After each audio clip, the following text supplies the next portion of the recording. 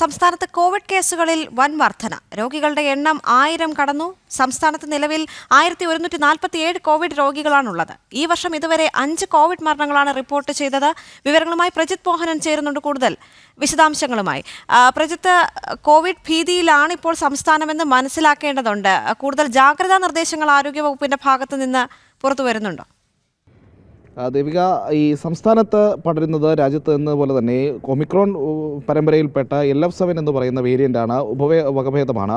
അതുതന്നെയാണ് കേരളത്തിലും രാജ്യത്തിൻ്റെ വിവിധ ഭാഗങ്ങളിലും ഇപ്പോൾ ഈ കോവിഡ് കേസുകളെ റിപ്പോർട്ട് ചെയ്യുന്നതെന്നുള്ളതാണ് ആരോഗ്യ വിദഗ്ധർ ചൂണ്ടിക്കാട്ടുന്നത്. ഇനി രാജ്യത്താകമാനമുള്ള കണക്കുകളിലേക്ക് വരുമ്പോൾ സംസ്ഥാനത്ത് തന്നെയാണ്, കേരളത്തിൽ തന്നെയാണ് ഏറ്റവും അധികം കോവിഡ് കേസുകൾ നിലവിൽ ആക്റ്റീവായിട്ടുള്ളത് എന്നുള്ളത് നമ്മൾ മനസ്സിലാക്കേണ്ടതുണ്ട്. രാജ്യത്താകമാനം 2710 കേസുകളാണ് കഴിഞ്ഞ ദിവസത്തെ കണക്കുകളിൽ ആക്റ്റീവായിട്ടുള്ളത്. അതിൽ 1147 കേസുകളും കേരളത്തിലാണ് എന്നുള്ളത് നമ്മൾ മനസ്സിലാക്കേണ്ടതുണ്ട്. അതോടൊപ്പം തന്നെ മറ്റൊരു പ്രധാനപ്പെട്ട പ്രശ്നം എന്ന് പറയുന്നത് കഴിഞ്ഞ 30-ാം തീയതി രാജ്യത്ത് പുതിയതായി ഉണ്ടായിട്ടുള്ള ആക്റ്റീവ് കേസുകൾ എന്ന് പറയുന്നത് 511 കേസുകളാണ്. ഈ 511 കേസുകളിൽ 227 കേസുകളും കേരളത്തിലാണ് എന്നുള്ളത് പറയുമ്പോഴാണ് മറ്റ് സംസ്ഥാനങ്ങളെ അപേക്ഷിച്ച് കേരളത്തിലാണ് കൂടുതൽ കേസുകൾ റിപ്പോർട്ട് ചെയ്യപ്പെടുന്നത് എന്നുള്ളൊരു സാഹചര്യം ഉണ്ട് എന്നുള്ളത് കൂടി നമ്മൾ മനസ്സിലാക്കേണ്ടതുണ്ട്. ആശങ്കപ്പെടുന്നൊരു ലെവലിലേക്ക് കോവിഡ് വ്യാപനം പോയിട്ടില്ല എന്നുള്ളതാണ് ഇപ്പോഴും ആരോഗ്യ വിദഗ്ധരും സർക്കാരും ഒക്കെ പറയുന്നതെങ്കിലും 2025 ഇതുവരെ 5 മരണങ്ങൾ കേരളത്തിൽ കോവിഡ് ബാധ മൂലം റിപ്പോർട്ട് ചെയ്തിട്ടുണ്ട് എന്നുള്ളതാണ് കേന്ദ്ര സർക്കാരിൻ്റെ, കേന്ദ്ര ആരോഗ്യ മന്ത്രാലയത്തിൻ്റെ കണക്കുകളിൽ നിന്ന്,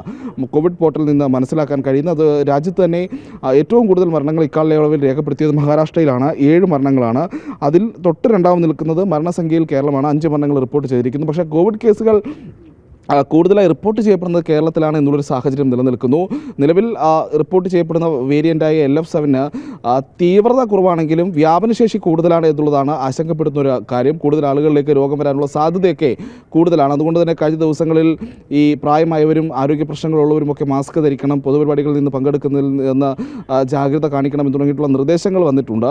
അതിനപ്പുറത്തേക്ക് വലിയൊരു ആരോഗ്യ സാഹചര്യത്തിലേക്കോ, ഒരു ആരോഗ്യ അടിയന്തരാവസ്ഥ പോലെയുള്ള സാഹചര്യത്തിലേക്കോ, കോവിഡ് അതിവേഗം വ്യാപിക്കുന്ന ഒരു സാഹചര്യത്തിലേക്കോ കാര്യങ്ങൾ ഇപ്പോൾ പോയിട്ടില്ല എന്നുള്ളതാണ് ആരോഗ്യവകുപ്പ് പറയുന്നത്. ഇപ്പോൾ ഈ കോവിഡിൻ്റെ കണക്കെടുപ്പിൽ പോലും സംസ്ഥാനത്ത് അങ്ങനെ വലിയൊരു കണക്കെടുപ്പോ അതിൻ്റെ കണക്കുകൾ പുറത്തുവിടുന്നൊരു സാഹചര്യമോ നിലവിലില്ല. ഇപ്പോഴും കേന്ദ്ര ആരോഗ്യ മന്ത്രാലയം തന്നെയാണ് രാജ്യത്താകെയുള്ള ഈ കോവിഡ് കേസുകൾ നിരീക്ഷിക്കുന്നതും അതിനനുസരിച്ച് ഇപ്പോൾ ഈ ഡാറ്റയടക്കം പുറത്തുവിടുന്നതും. ഈ കൂടുതൽ കേസുകൾ റിപ്പോർട്ട് ചെയ്യപ്പെടുന്ന ഒരു സാഹചര്യം ഇപ്പോൾ കേന്ദ്ര ആരോഗ്യ മന്ത്രാലയം നിരീക്ഷിച്ച് തുടങ്ങിയിട്ടുണ്ട്.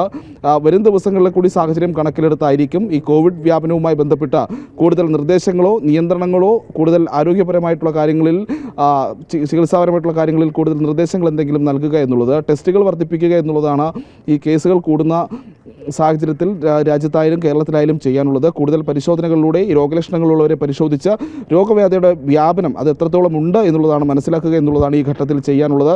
അതിൽ നടപടിക്രമങ്ങളുമായി മുന്നോട്ട് പോകുന്നു എന്നുള്ളതാണ് സംസ്ഥാനത്തെയും കേന്ദ്രത്തിലെയും ഒക്കെ ആരോഗ്യരംഗത്ത് പ്രവർത്തിക്കുന്ന വിദഗ്ധർ അറിയിക്കുന്നതും. ദേവിക. ശരി പ്രജിത്ത്.